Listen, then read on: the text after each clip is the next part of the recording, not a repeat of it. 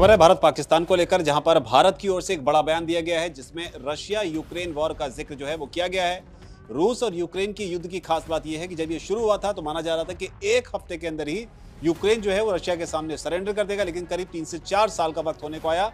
ये युद्ध अभी भी चल रहा है और अब भारत भी ऐसे ही युद्ध की तैयारी में है और इसे लेकर एक बयान दिया गया है भारत के रक्षा मंत्री राजनाथ सिंह की ओर से। जो टाइमिंग है इस बयान की वो ऐसे दौर में दिया गया है जब पाकिस्तान की ओर से भारत पर हमला किया गया है, सीज फायर को तोड़ा गया है और इसमें कई खतरनाक हथियारों का इस्तेमाल भी किया गया है। पूरी खबर बताने के लिए हमारे साथ पल्लवी मौजूद है। पल्लवी, सबसे पहले बताइए कि पाकिस्तान से जो सीज फायर तोड़ा गया है भारत की तरफ, ये ऑपरेशन सिंदूर के बाद शायद अपने आप में पहला बड़ा अटैक जो है वो किया है, तो ये खबर क्या है? और इसके अलावा भारत ने 3-4 साल युद्ध लड़ने के लिए भारत ने तैयारी कर ली है, ये क्या पूरा मामला है? दरअसल सर क्या है कि जिस तरीके से भारत और पाकिस्तान के बीच जो सीज़ फायर हुआ ऑपरेशन सिंदूर के बाद, उसको कायम रखने की बात कही गई, लेकिन हम चारों तरफ से ही देख रहे हैं कि पाकिस्तान सीज़ फायर का जिक्र ज़रूर करता है, वो वादा ज़रूर करता है, चाहे वो तालिबान को लेकर हो, चाहे वो भारत को लेकर हो, और चारों ही तरफ जो है वो सिर्फ वादे कर रहा है लेकिन उस वादे को वो निभा नहीं रहा। अगर बात करें ऑपरेशन सिंदूर के बाद हुए सीज़ फायर की, तो उस सीज़ फायर का उल्लंघन पाकिस्तान की तरफ से किया गया। तो पाकिस्तान की तरफ से मोर्टार का इस्तेमाल किया गया, सेना की जो चौकियां हैं उन पे इस्तेमाल किया गया और जगह जो है वो है लीपा घाटी।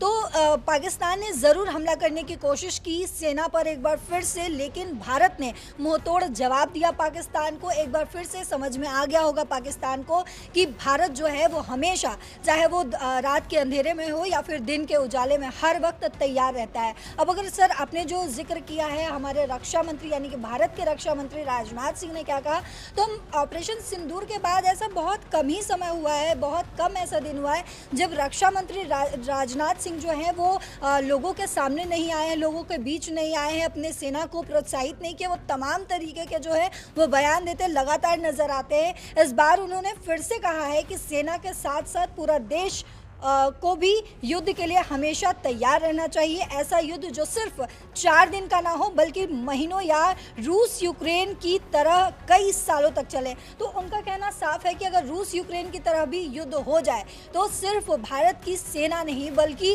भारत के जो लोग हैं, भारत की जो जनता है, उन्हें तैयार रहना चाहिए। हम याद करते हैं अगर अटल बिहारी वाजपेयी के उस बयान की, जब अटल बिहारी वाजपेयी कहते थे कि अगर हम 2 रोटी कम खाते हैं और खाना वेस्ट नहीं करते हैं तो वो भी हम अपने देश के जो युद्ध चल रहे हैं उसमें सहयोग कर रहे हैं, क्योंकि हम कहीं ना कहीं चीज़ों की बचत कर रहे हैं जो सेना तक पहुंचनी चाहिए उसको बचा रहे हैं। तो वहीं से हम जोड़ सकते हैं रक्षा मंत्री राजनाथ सिंह के इस बयान को भी। वो भी ये कहते हुए नजर आए कि सिर्फ भारत की सेना को इस युद्ध के लिए तैयार नहीं रहना चाहिए, 2-4 दिन के लिए, 1 हफ्ते के लिए तैयार नहीं रहना चाहिए। अगर 3-4 साल रूस और यूक्रेन के युद्ध की तरह भी युद्ध हो तो हमें जो है पूरी तरीके से तैयार रहना चाहिए। और रूस यूक्रेन युद्ध ने दुनिया को सिखाया, उन्होंने आगे कहा कि रूस यूक्रेन युद्ध ने दुनिया को सिखाया कि जंग लंबी हो सकती है और हमारी सेना ने इसी सबक को सीख लिया है। अगर पाकिस्तान से कोई हमला होता है, जैसे पहलगाम घटना की उन्होंने जिक्र किया है, तो हम पीछे नहीं हटेंगे, दुश्मन को किसी कीमत पर छोड़ा नहीं जाएगा। प्रधानमंत्री नरेंद्र मोदी ने भी ये साफ कहा है कि किसी भी आतंकी घटना को हम युद्ध की तरह ही लेंगे, यानी कि अगर तुम छोटा सा भी कोशिश ऐसा करते हो, हमारी सेना पर अटैक करने की कोशिश करते हो, अगर उल्लंघन करने की सीज फायर का उल्लंघन करने की कोशिश करते हो या हमारी जनता पर अटैक करने की कोशिश करते हो जो तुमने पहलगाम में किया, तो हम उसको किसी भी तरीके से बख्शेंगे नहीं। मतलब जीरो टॉलरेंस है टेररिज्म के खिलाफ। अगर पाकिस्तान किसी भी तरीके से प्रॉक्सी वॉर लड़ने की कोशिश करता है आतंकवादियों का इस्तेमाल कर तो भारत उसे एक्ट ऑफ वॉर मान के चलेगा। बिल्कुल सर, बिल्कुल आपने से कहा। इसके अलावा अगर हम ये समझे कि ये तैयारी कैसी हो रही है, तो ये भी एक जोरदार तैयारी है, क्योंकि मोदी सरकार की मेक इन इंडिया जो नीति है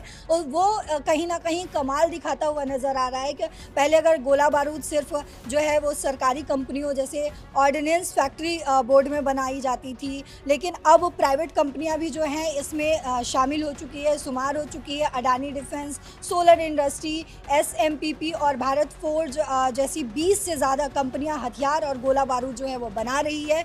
सरकार ने इन्हें 7 से 10 साल तक का लगातार ऑर्डर देने का वादा भी कर लिया है, तो ये एक बड़ी जानकारी है ताकि इनकी हिस्सेदारी पक्की रहे। रक्षा मंत्रालय ने नया डीपीएम 2025 भी जारी किया है, जिसमें प्राइवेट कंपनियों को सीधे ऑर्डर देने की आज़ादी दे दी गई है। अब सरकारी कंपनियों से परमिशन लेने की ज़रूरत नहीं है। तो अगर राजनाथ सिंह तैयारी की बात कर रहे हैं, ये कह रहे हैं कि हमारे देशवासियों को भी तैयार रहना चाहिए, हमारी सेना को 3-4 साल के अगर युद्ध की स्थिति बनती है तो उस चीज़ के लिए तैयार रहना चाहिए। तो वो जो है उस तरीके से प्लान चार्ट भी बना रखे हैं।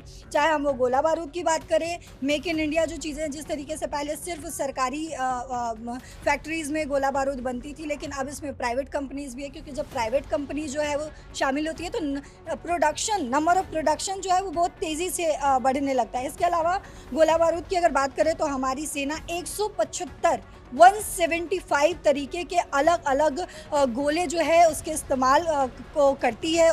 इसके अलावा पुराने हथियारों के आधुनिक प्रिसीजन म्यूनिशियम तक की अगर बात करें तो भी इसमें भी पूरी तैयारी चल रही है। और अच्छी खबर इसमें यह भी है कि इनमें से 90% से ज़्यादा भारत में ही बनते हैं।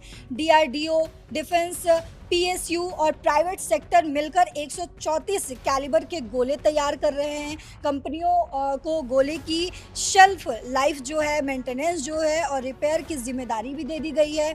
और साथ ही ये भी याद करने वाली बात है कि 1.5 दशक पहले जनरल VK सिंह ने चिट्ठी लिखी थी कि सिर्फ 10 दिन का स्टॉक है, लेकिन पिछले 10 सालों में सब बदल गया। अब लंबे युद्ध के लिए स्टॉक जो है वो पूरी तरीके से तैयार है। तो सभी, चाहे वो हम रक्षा मंत्री की बात करें या सेना की बात करें, तमाम जो डिफेंस के लोग हैं सभी अपने लेवल पर तैयार हैं।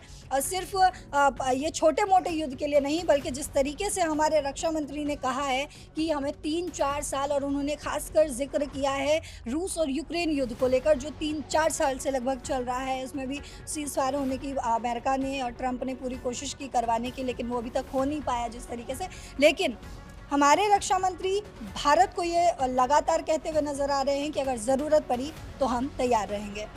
तो यहाँ पर बड़ी बात यही कि किसी भी घटना से सबक लेना जो है वो समझदार आदमी वही करता है। और यही रक्षा मंत्री राजनाथ सिंह को बताने की कोशिश कर रहे हैं कि रशिया यूक्रेन युद्ध का जो युद्ध हुआ था उससे भारत को भी सबक लेना चाहिए। आपको जोड़ना चाहती हैं? इसके अलावा सर बिल्कुल मैं एक और पॉइंट जोड़ना चाहूँगी जो बहुत इम्पॉर्टेंट है। हमारे पूर्व chief of defence staff general Vipin Rawat ने कहा था इसको लेकर कि गोला बारूद पर ही सबसे ज़्यादा ध्यान दिया गया है ताकि सेना को कभी कमी ना हो। इसके अलावा अडानी डिफेंस के एक सीनियर अधिकारी ने भी पुष्टि की है कि हम युद्ध में किसी तरह की कमी नहीं होने देंगे। प्राइवेट कंपनियों को सरकारी कंपनियों जैसा ही लेवल प्लेइंग फील्ड मिलेगा, यानी सभी को बराबर मौका मिलेगा। तो अगर हम बात करें कि भारत जो है वो कभी सामने से युद्ध नहीं करना चाहता है, हमेशा जो है वो सामने वाले को मौका देता है कि आप शांति के लिए भी, और कभी भी सामने से बढ़कर वो युद्ध नहीं करता। लेकिन एक चीज़ तय है हमेशा कि अगर भारत पर किसी ने हमला करने की कोशिश भी की, गंदे नज़र से या गलत नज़र से देखने की कोशिश की, तो बेशक उनकी आंखों को निकाल लिया जाएगा। को निकाल लिया जाएगा। और भारत ने ऐसा ऑपरेशन सिंदूर में दिखाया भी। तो मोटे तौर पर यही कि राजनाथ सिंह ने ये समझाने की कोशिश की कि रशिया यूक्रेन वॉर से हमें सबक लेना चाहिए। ऑपरेशन सिंदूर में भी जो तनाव जैसी स्थिति बनी उससे भी भारत ने सीखा है। मोटे तौर पर राजनाथ यही कहना चाहते हैं कि भारत को इस स्थिति के लिए भी तैयार रहना चाहिए।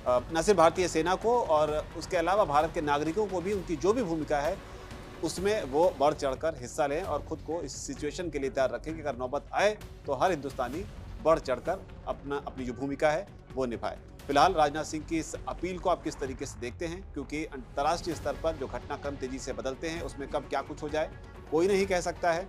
उधर तालिबान अफगानिस्तान के बीच क्या चल रहा है वो दुनिया जानती है, रशिया यूक्रेन के बीच क्या चल रहा है वो भी दुनिया ने देखा, इसके अलावा इजराइल ईरान के बीच क्या हुआ वो भी दुनिया ने देखा।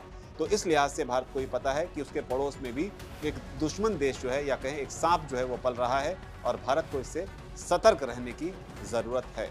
आप इस पूरी खबर से क्या इत्तेफाक रखते हैं और आपने जो भी इस खबर में देखा उस पर आपकी कोई राय हो तो नीचे कमेंट सेक्शन में जरूर।